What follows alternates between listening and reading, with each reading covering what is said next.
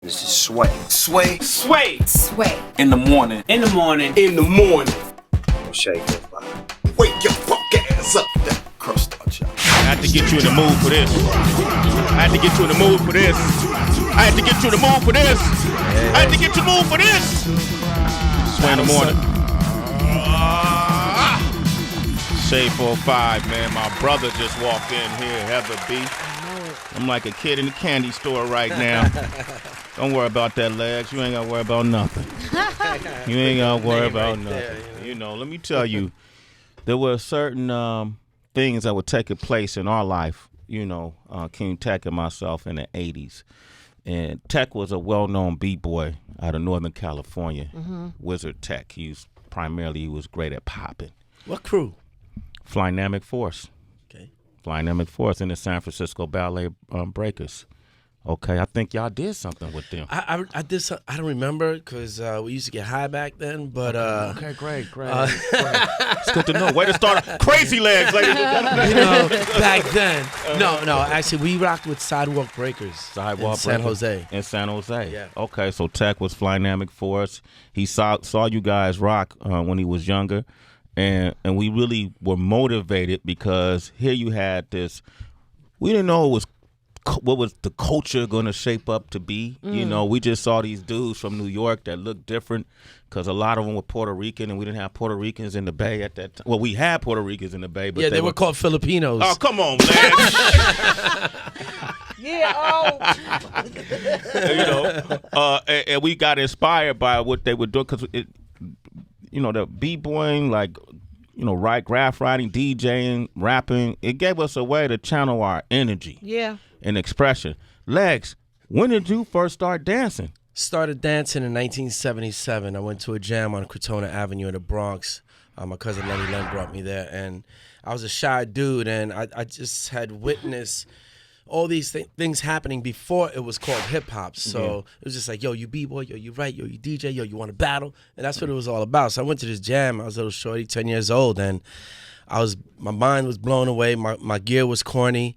But that day, I got down on the floor. I got smoked, but I got down. Didn't know what I was doing, but I was so excited that this became my thing. When did the Rocksteady crew first form, and then who were the original members? Rocksteady crew formed around 77. The original founders were Jimmy D, a brother named Jimmy D, and a brother named Jimmy Lee. And they basically were actually going out with another crew called the Bronx Boys, and they were going bombing that night. And they felt like they wanted to be more on the b-boy side than writers. So next day they just were like, yo, you know, let's call ourselves a Rocksteady crew. Okay, so there's three terminologies that we know, but you gotta explain. B-boy stands for what? B-boy originally stood for Bronx Boy, and then it Bronx Boy or Bronx Girl, and then it started turning into Break Boy. And then after that, the misconception with the idea of B-boy stance came from Run DMC. And it's crazy because we were in San Francisco when we had this dialogue with Run DMC. They were on a panel, and I asked them, like, yo, why do you call yourselves B-boys when you're MCs? And this is in the 90s. They're like, oh, well, by the time the word got to Queens, we didn't know what it meant. We just thought it sounded fly. Standing in the B-boy stance. They said that in Sucker MCs? Yeah. But the thing is that that's in New York. That's what they were talking about was what we called a hard rock stance, and that's how the stick-up kids used to chill and lamp and get ready to, you know, catch a Vic. And then the 5%ers would cross their right arm over their left, and then from time to time drop signs. When they dropped their right arm down, and it would form a 7 for G, God. Oh my God, this is deep. Just saying, know your hip hop 101. Okay, well that's why you're here, because I always try to tell people, no, this has a beginning. It has a base to it. There is bomb the system. Okay, describe what is writing, what is a writer, and what is bombing. Writing and bombing. A writer is basically a person that does graffiti. You know, graffiti is the derogatory word for it. You know, originally they called themselves writers, and bombing just meant bombing the system and getting your name up there. And I was what you would call a motion bomber. I would be bombing the trains while they were in motion in service, and I think there was probably a higher chance of getting arrested, and it was kind of dumb. I could have just gone to the layups and had a picnic all night. Yeah, but you chose to do that. Yeah. Okay. Crazy Legs is here. I'm just walking you up. Wild Style. I actually saw Style Wars before I saw Wild Style. Mm-hmm. But Wild Style came out. Which one came out first? Well, Star Wars came out first. Star Wars was on PBS. Okay. And then Wild Style came out after. Okay. That's why you were able to see Star Wars probably on TV. I saw it on TV. I saw this documentary about these guys and the writing culture in New York, and which architecturally looked like another planet to us in Northern California. It was like a war zone. It was like a war zone. And that was the 80s. You should have seen it in the 70s. It was worse in the 70s. It was worse in the 70s. When did Rocksteady Crew start really becoming world renowned? Was it when y'all went on tour with Africa Bambaataa, or? Nah, well, here's the thing. We didn't go on tour with Africa Bambaataa. We went on tour with the Roxy, and everyone else just happened to be there. But we were all like equal billing on that tour. And, that tour was called the New York City Rap Tour. And again, this is before it was called hip hop. That was 82, but I had already been on a 15-city tour throughout the United States with me, Fat Fat Freddy, Frosty Freeze, and a brother by the name of DJ Spy from Brooklyn. And Frosty Freeze. Frosty Freeze, rest in peace. Frosty Freeze, member of Rocksteady Crew. Mm-hmm. And so we were on that tour in 81. So I was already touring at the age of 15. Mm-hmm. So then I think once we started hitting the downtown scene, the same person that did Style Wars, Henry Chalfant, is that person who got us our first gig at this place called the Kitchen Center for Performing Arts. And the person that was the director there was Tim Carr. Do you remember him? I remember Tim Carr. Tim Carr is the dude that set it up so that we could perform there, because the place we were going to perform at prior to that had it was like a gang fight. Show just didn't work out. Graffiti writers beefing with each other and shut the whole thing down. And we did our first show there. And it was the first time in 81 that hip hop was presented, these things were presented as any kind of happening in the uptown scene. And the show was called Graffiti Rock. And that was before Michael Holman did his Graffiti Rock on TV. Who created the term hip hop? The term hip hop supposedly comes from Lovebug Starsky. Okay. And the way and you got to explain who Lovebug Starsky is. Yeah, Lovebug Starsky is a DJ, crowd pleasing, call and response kind of dude, and he used to be the main DJ at the Disco Fever. Mm-hmm. And basically, when we did that New York City Rap Tour in '82. When Bambaataa was being interviewed, they were asking him so what do you call this? So he was the first one to give it an umbrella name to cover all the elements and provide principles in terms of some sort of goal, even though we had a bunch of knuckleheads down. That were getting high. All right. Okay. Yeah, basically. And amongst other things. Okay.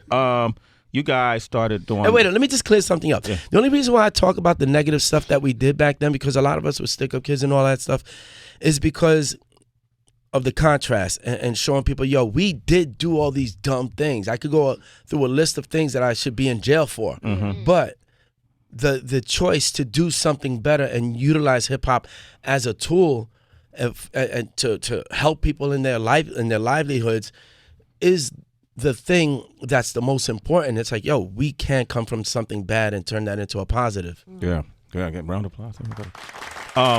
And that's why I'm walking you up this track, because this New Edition movie just came out. Mm-hmm. And Rocksteady Crew, you guys appeared in a lot of different movies, a lot of different platforms. Not everybody, but you were represented in different movies. Name some of the movies. We did, it's only actually a few. We did Beat Street Wild Style, Flashdance, which is good. I mean, when you think of a bunch of hood rat dudes in these movies early on, we didn't know what we were doing. We had no plan on becoming celebrities or ghetto celebs, whatever you want to call it.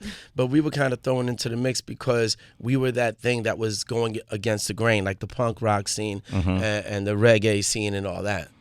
flash dance. You actually would have. Yeah. You would have body Yeah, double. I doubled for Jennifer Beals, and we also got down earlier in the movie. Okay. At first, you wouldn't admit to that, though, right? No, I have no problem with that, man. That's a check right there. Okay, for crazy lady. So what did, and then you guys experience a lot of guys went their separate ways. The crew start breaking up a little bit, or I would say after the deal with Virgin Records, which we had this $1 million deal with Virgin Records, and they had us doing this pop music, and it was something again that we had no idea what we were doing. I don't believe we should have been in that position at all. And the dysfunctionality between any kind of group that's in that position, from personalities to work ethic, all those things started happening, and it just got to a point in '85 where some of us broke off, and some people went to school, some people started, pushing some weight out there in the streets, and then, some people just got regular jobs, and some people didn't fare so well, like Buck Four and Kuriaki. And we'll talk about what happened with them. Yeah. Well, actually, they're no longer. They got caught up in the game, and unfortunately, their lives, they're no longer with us because of that game. So, certain things you just don't talk about. Prince Ken Swift, who's out there active, was original one of the. He wasn't an original member. No, not an original okay. member, because Rocksteady started in the Bronx, and Ken Okay. Swift was from Manhattan. I put Ken Swift in Rocksteady in 80, 81 maybe, and he was in Rocksteady until 96. Okay, and he's still out there active teaching, or I'm not sure. Okay, that's one of those stories. That's one of those there's stories. the divide, and I'm not holding on to any bitter feelings or anything like that. I wish him the best. Okay, we'll leave that right there. Yeah, it's all good. Dude got a family. He needs to get his. Yeah, beautiful person. He came to the Bay and stayed with me at my house for a week when he blew out his knee. I think he was doing the Broadway Jam on the Groove. Oh, Jam on the Groove. Yeah, I blew out my knee on that too. Yeah, and I hooked him up with a doctor in San Francisco. And the person I was seeing at that time was like watching over Ken Swift. She had no idea about the history. By the time he left, she was wearing her hat sideways, had fat laces in her Adidas. So, she was showing, no, this is what a top rock is. Wait, hold up, Yeah. Some people just need to remain themselves. Fast forward, Crazy Legs has been holding the baton, keeping the tradition alive. Yeah. Rocksteady Crew anniversary. That's coming up in May. No, Puerto Rocksteady Music Festival. Okay, Puerto Rocksteady Music. It's happening in May, Puerto Rico. I started doing Puerto Rocksteady because I felt like, as a Puerto Rican, if I felt that there was something to be proud about, I needed to represent it properly. And so I looked at the situation in Puerto Rico and the economic crisis that was caused by the U.S. government and U.S. banks. I felt like, as a Puerto Rican, I should go there and lend my name to something and try to make something happen that generates tourism. Yeah. So I started doing this music festival, which is a multi-genre music festival. And this is the 5th year. The ultimate goal is to create a tutoring program or support tutoring programs on the island, because it's lacking when it comes to education out there. And it's basically a vacation / music festival for music lovers, DJs, dancers, just party people, and we do workshops and based on fitness and dance, whether it's salsa to breaking.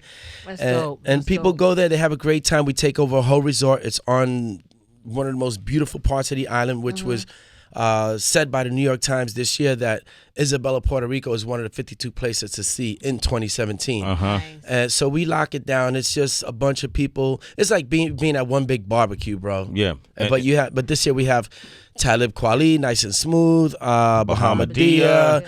Got some other people I can't announce yet because Charlie of legal Chase. stuff. Oh, okay. Can you say Charlie Chase? Yeah, all that. Whatever's out there is out there. Oh, okay. For DJ Flag is on there. G-Bo the Pro and Erica the DJ. From Way Back Wednesdays is on there. DJ Cool Flash is on there. More to be announced. DJ Arico is on there. Velcro is on there. Velcro, yeah. Velcro, yeah. I have La India's coming through too, so Okay, there's a salsa element of it. Okay. It isn't just hip hop; it's house, it's hip hop, it's dance hall. Well, how can people find out? Because citizens, this is why they tune in to Sirius XM. Word. First of all, you can hit Crazy Legs. You can have direct contact with the legendary, iconic Crazy Leg on his social media. Yeah, Crazy Legs BX on Instagram. And then you want to find out more about the Porter Rock Steady Music Festival celebrating the 5th anniversary. PorterRockSteady.com. Okay, I'm going to open up the phone lines. And we just came back from Japan, Heather. I know. Legs I saw and the pictures. Yeah, you saw the pictures. Yeah, We I had a good followed him time. on Instagram, You need to come to Singapore, man. Okay, It's well. really dope over there. Talk to Red Bull. All right, so 888-742-3345. Crazy Legs is here. Call us. What we're gonna do right here is go back. Way back. Get off the mic before it gets too hot. Rakim, get off the mic before it gets too hot. I want to see what band's the best. Come here. Yeah, all right, real up, man. Come on, man. That's like one of my all-time favorites, man. Crazy Legs is here. Porter Rock Steady Music Festival 5th anniversary. You want to find out, you want to go to Puerto Rico?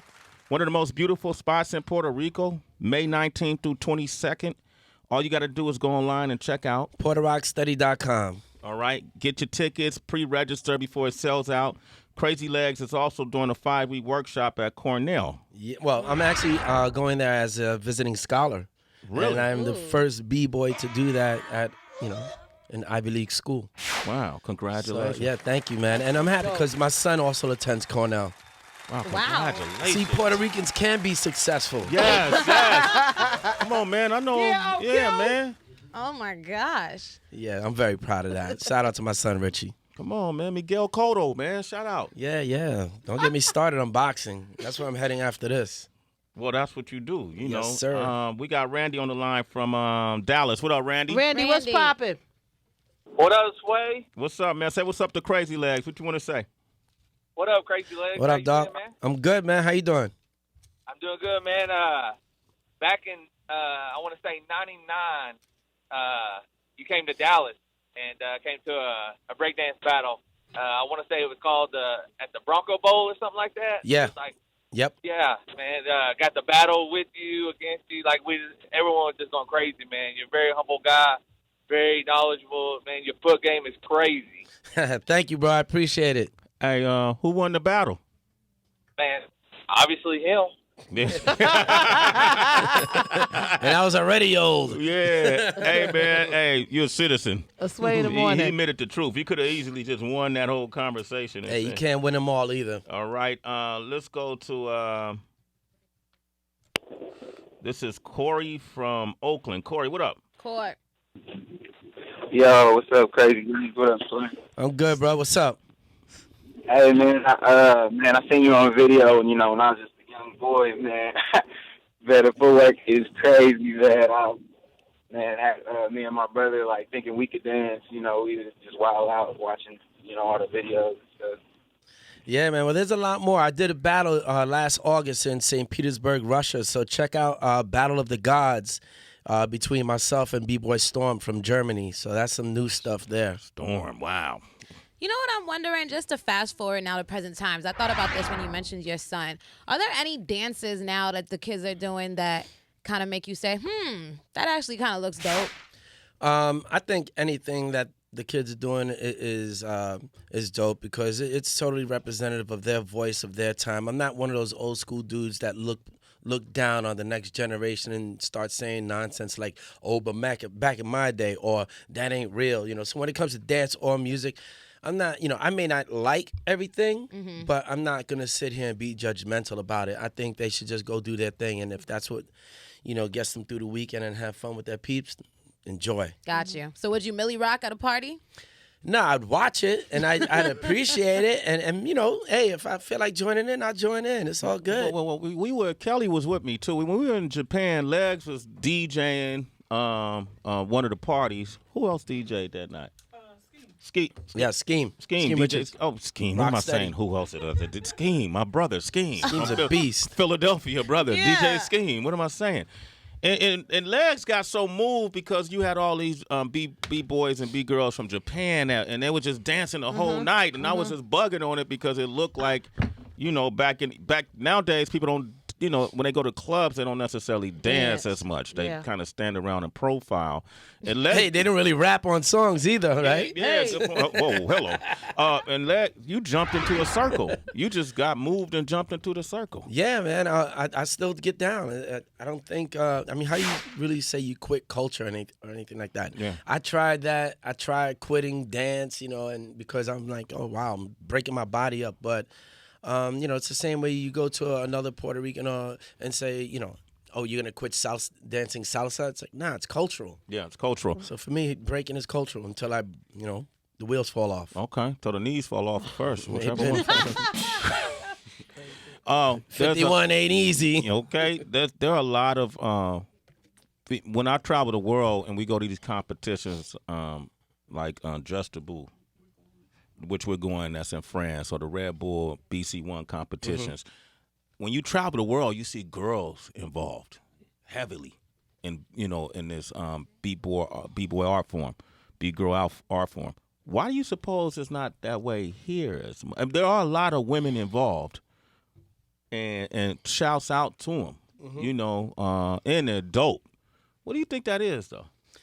I don't know, man. I know a lot of B-girls, and there are a lot of events, depending upon which ones you go to, where you're going to see more or less. But I think the U.S. just associates something like this as something that's supposed to be masculine. And for me personally, I always grew up, when I first started dancing, around a lot of B-girls. And one of the illest B-girls back in the days, in the 70s, was this girl in Rocksteady we called her Headspin Janet, a girl named Janet Soto from the Bronx.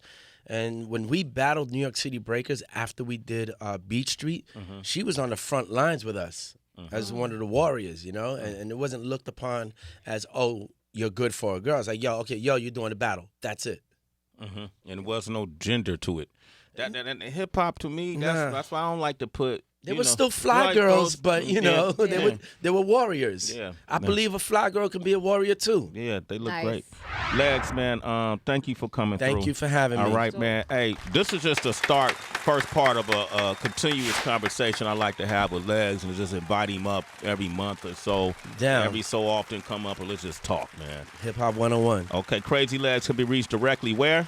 CrazyLegsBX.com. I'm sorry, CrazyLegsBX on Instagram, and hit up PuertoRockStudy.com. Up next, we got Anika Noni Rose from the Quad, from Dreamgirls, award-winning actress. You want to talk with her? 888-742-3345.